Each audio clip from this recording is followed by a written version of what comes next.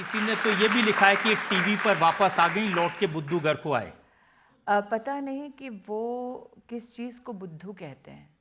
जो क्षमतावान हो और 25 साल मीडिया और टेलीविज़न के साथ साथ पॉलिटिक्स में अपनी पैठ रखता हो, जो ज़मीन से आता हो, अपनी मेहनत से अपनी किस्मत चमकाता हो, जो विषम परिस्थितियों में भी कहीं ना कहीं राष्ट्र के सम्मान में अपनी सेवा देता हो, अगर ऐसे बुद्धिजीवियों को कांग्रेस के मैं बुद्धू लगती हूँ तो मैं बुद्धू ही सही। मैंने फर्श से अर्श तक इस देश को, इस समाज को देखा है। अगर कांग्रेस पार्टी को ऐसे लोग जो मेहनत कश हैं, सामान्य परिवारों से आते हैं और जो महिला है, अगर उनको हम भारत की महिलाएं जो सामान्य परिवारों से आती हैं बेवकूफ़ लगती हैं तो वो जाने, शायद इसीलिए अब और 15 साल वो विपक्ष में रहेंगे। देखिए, उनको ये तो लगा कि अमेठी में स्मृति ईरानी की हार हो गई, चलो भाई अब तो हो गया पॉलिटिकल करियर पूरा। हार तो मेरी 2014 में भी हुई थी अमेठी में, शायद वो भूल गए। हार मैं 2004 में भी गई थी चांदनी चौक में। और आप सोचिए, अगर 2004 का मैं चांदनी चौक का चुनाव जीत जाती तो क्या वो स्मृति ईरानी बनती जो आज आपकी अदालत में बैठी है। तो मेरी किस्मत हमेशा जीत ने नहीं लिखी है, कई बार मैंने अपनी हार से भी अपनी किस्मत को नए अंदाज में लिखा है।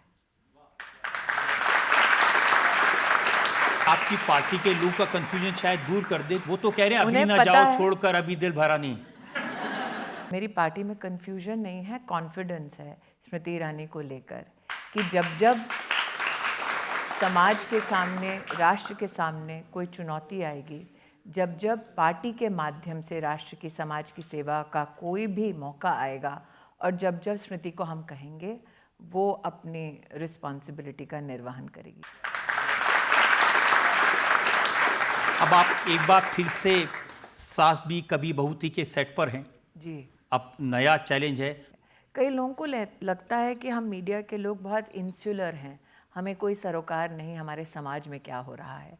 बहुत कम लोग ये समझते हैं कि कलाकार जो भूमिका निभाते हैं मंच पर या फिर टेलीविज़न के पर्दे पर, या आप जैसे महानुभाव जो न्यूज़ के माध्यम से समाज को गठित करते हैं, सूचित करते हैं, उनकी अपनी एक सोच होती है, अपना एक तजुर्बा होता है।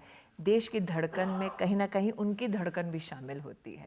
तो जो देश के दिल और धड़कन से जुड़ जाए, इतना बड़ा सौभाग्य कितनों को मिलता है। आज जब मैं कलाकारों के मध्य में जाती हूँ तो इन नौजवानों की तरह नए कलाकारों का भी एक वहाँ पर समूह है, और जब वो मेरे साथ बैठकर चर्चा करते हैं तो स्क्रिप्ट पर कम चर्चा होती है, देश की संसद में क्या चल रहा है, देश की आर्थिक व्यवस्थाओं में क्या चल रहा है, देश का इतिहास क्या है और देश का भविष्य कैसे बनाना है, इन मुद्दों पर भी बातचीत होती है।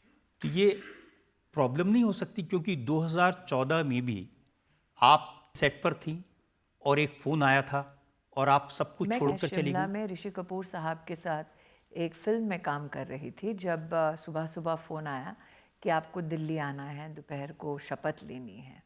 तो मेरा अंतिम जो क्षण था, जो मैंने कैमरा को फेस किया था, वो स्वर्गीय ऋषि कपूर जी के साथ था। और ऋषि कपूर जी ने आपको सलाह दी कि उन्होंने कहा कि पलके भी मत झपकाओ, समय भी मत बिताओ। बाकी लोग जो क्रू में थे उन सब ने इस बात का कहीं ना कहीं खुशी जाहिर की और ये भी कहा जल्दी से बैग बांधो और दिल्ली जाओ, क्योंकि राष्ट्र सेवा से बड़ी सेवा और ऐसा बड़ा सौभाग्य और कोई नहीं है। तो अब कोई ऐसा मौका तो नहीं आ जाएगा कि आपको फिर फ़ोन आएगा और फिर क्योंकि के सेट से वापस दिल्ली में शपथ लेते हुए दिखाई देंगी? देखिए, मौक़ों को मैं नहीं तलाशती, मौके मुझे तलाशते हैं।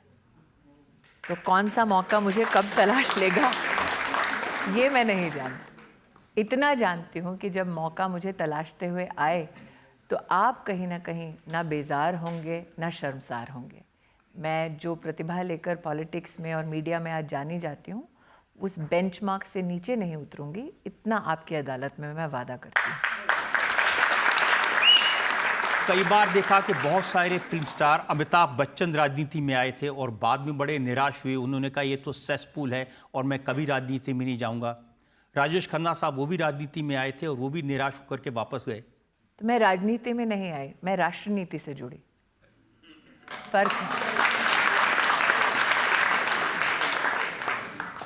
क्योंकि राजनीति में आते हैं आप तो अपने लिए कुछ तलाशते हैं। राष्ट्र की नीति से आप जुड़ते हैं तो आप राष्ट्र के लिए नए ऊंचाइयाँ, नई उपलब्धियाँ इनको तलाशते हैं। तो ये फ़र्क होता है।